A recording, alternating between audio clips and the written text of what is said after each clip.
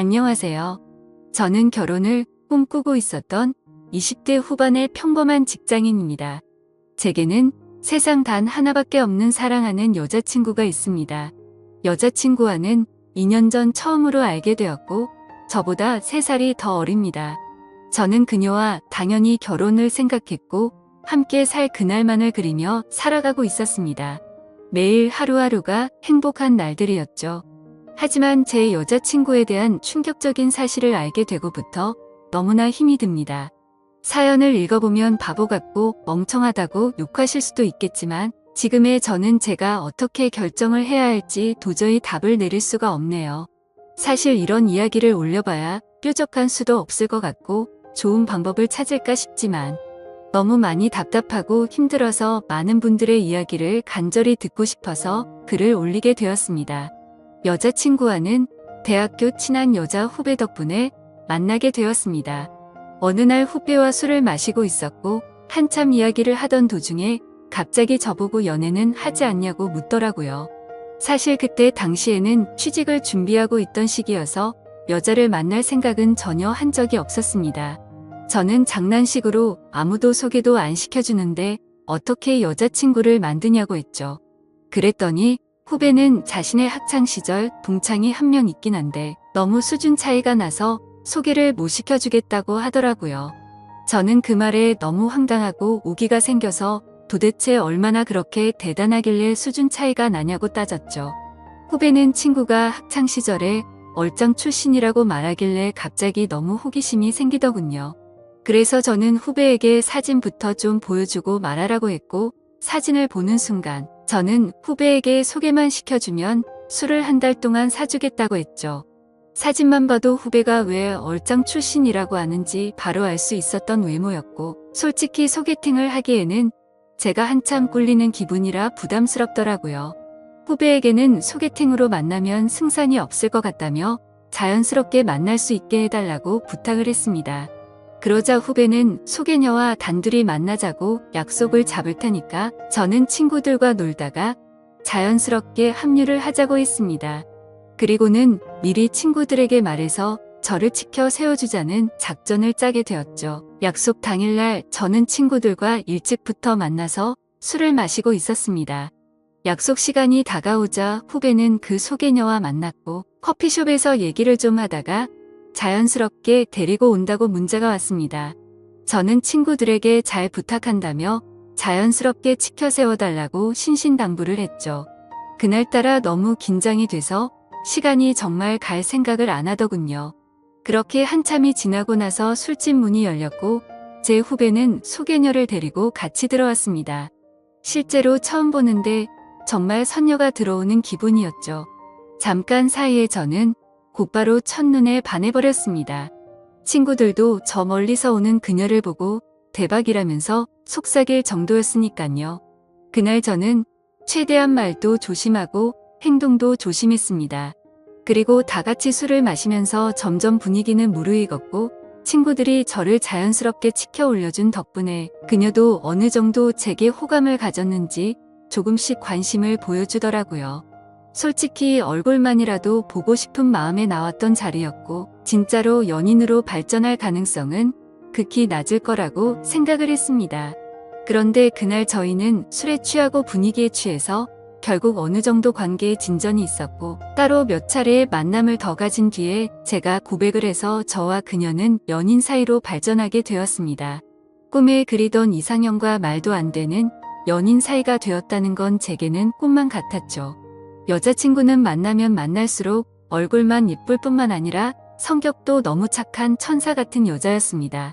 저는 능력이 부족해서 좌절감에 빠져서 얼른 취업을 하고 더 많은 걸 해주겠다고 하면 그런 건 전혀 중요하지 않다고 늘 제 마음을 다독여주는 그런 착한 마음씨의 여자친구였습니다.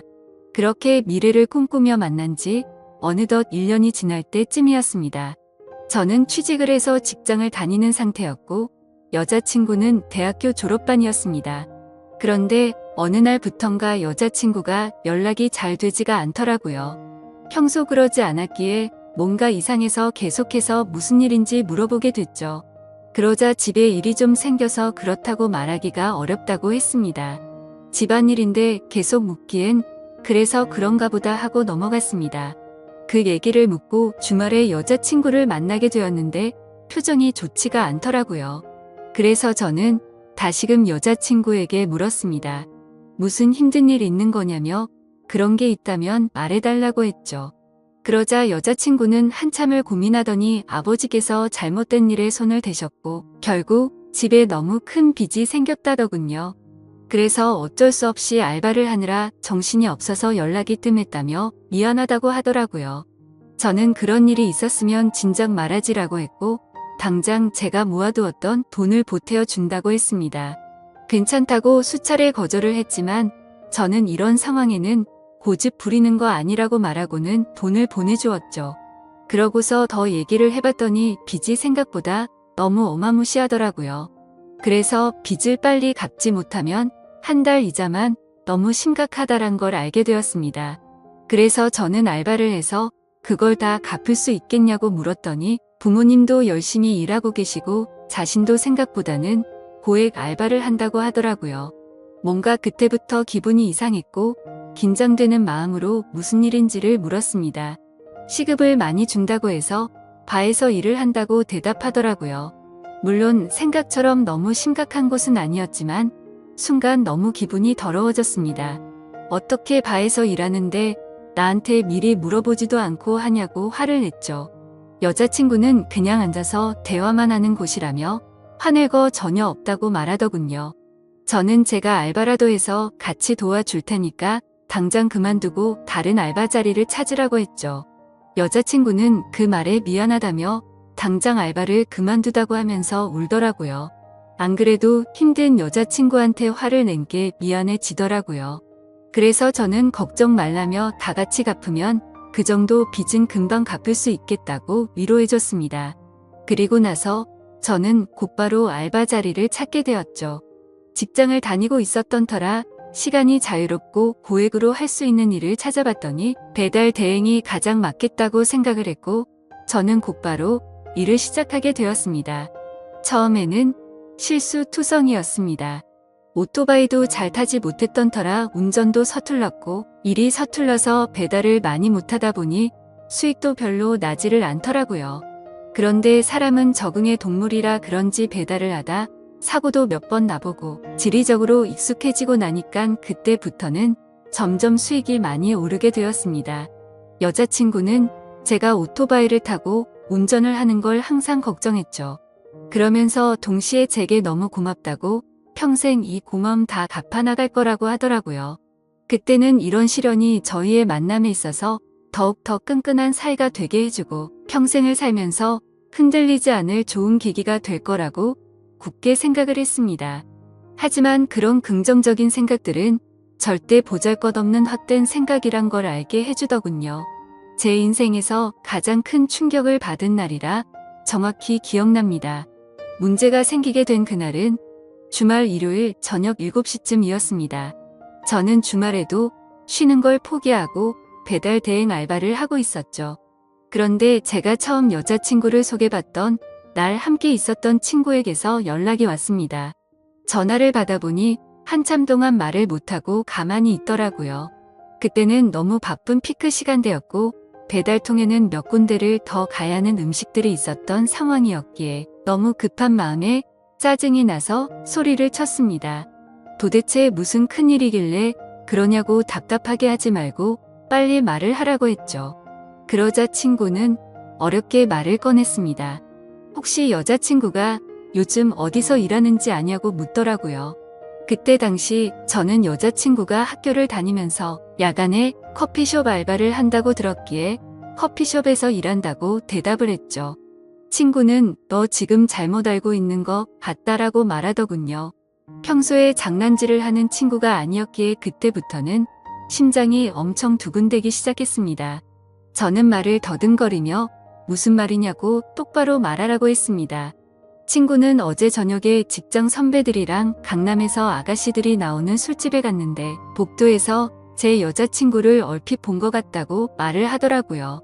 긴가 민가해서 이 말을 해야 되나 말아야 되나 하루 종일 고민했는데 아무리 생각해도 제 여자친구가 맞는 것 같다고 하더라고요. 그리고는 여자친구는 자신을 못 본 것 같으니 일단은 무턱대고 화내지 말고 진정하고 사실 파악부터 제대로 해보라고 하더군요. 너무 갑작스러운 소리를 하길래 깜짝 놀랐고 기가 막혀서 말조차 나오지가 않더라고요. 한참을 가만히 있다가 친구에게 일단 알겠다고 하고 통화를 끊었습니다.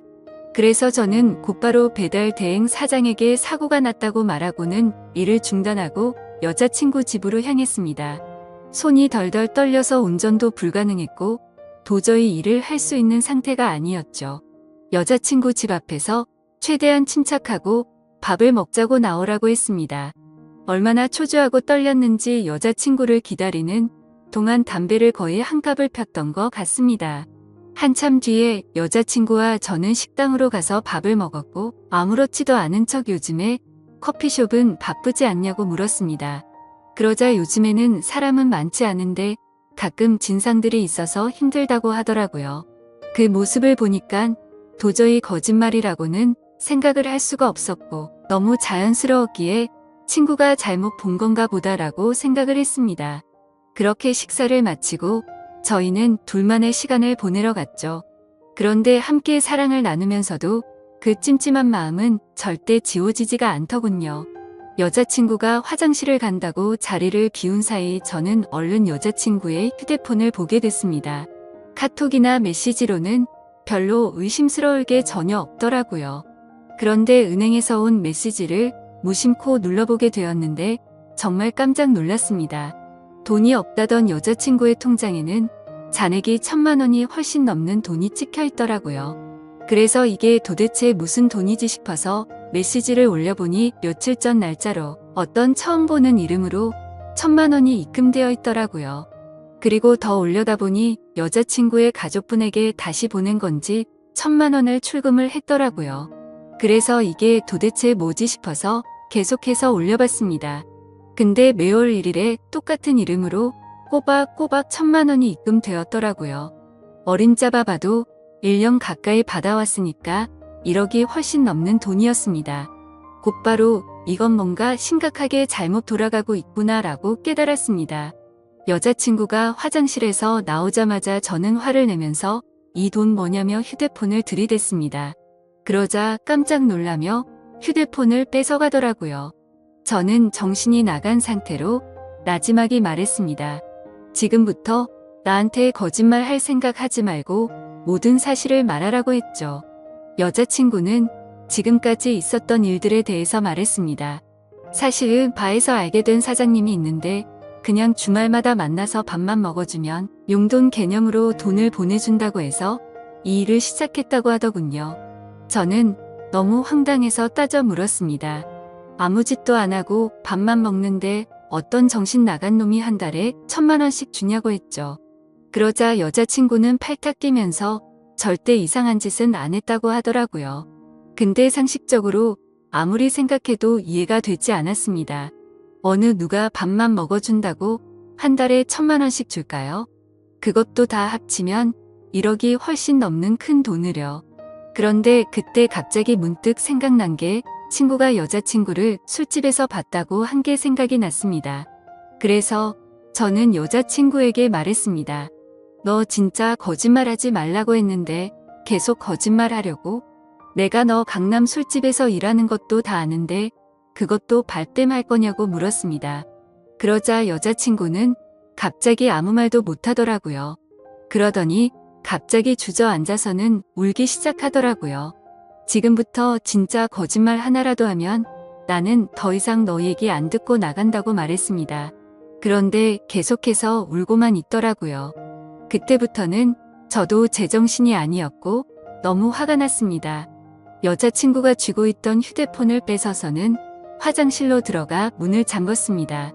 일단 돈이 입금된 그 이름으로 연락처를 검색해봤습니다. 그러자 사장님이라고 저장이 되어 있더라고요. 곧바로 전화를 걸었습니다. 한참 동안 신호음이 울리더니 안 받아서 끊으려고 하자 전화를 받았습니다. 목소리가 최소 60대는 넘어 보이는 할아버지 목소리더군요. 저는 바로 욕을 했습니다. 내가 이 전화기 주인 남자친구인데 너 뭐냐고 하니까 젊은이 말버릇이 그게 뭐냐고 이딴 식으로 말하더라고요. 그래서 너 손녀뻘 데리고 무슨 짓거리 했냐고 소리를 질렀습니다. 그러자 돈 주고 하는 짓 뻔하지 뭘 그딴 걸 묻냐면서 욕을 하고는 끊어버리더군요. 정말 그 말을 듣는 순간 머리가 너무 어지러웠습니다.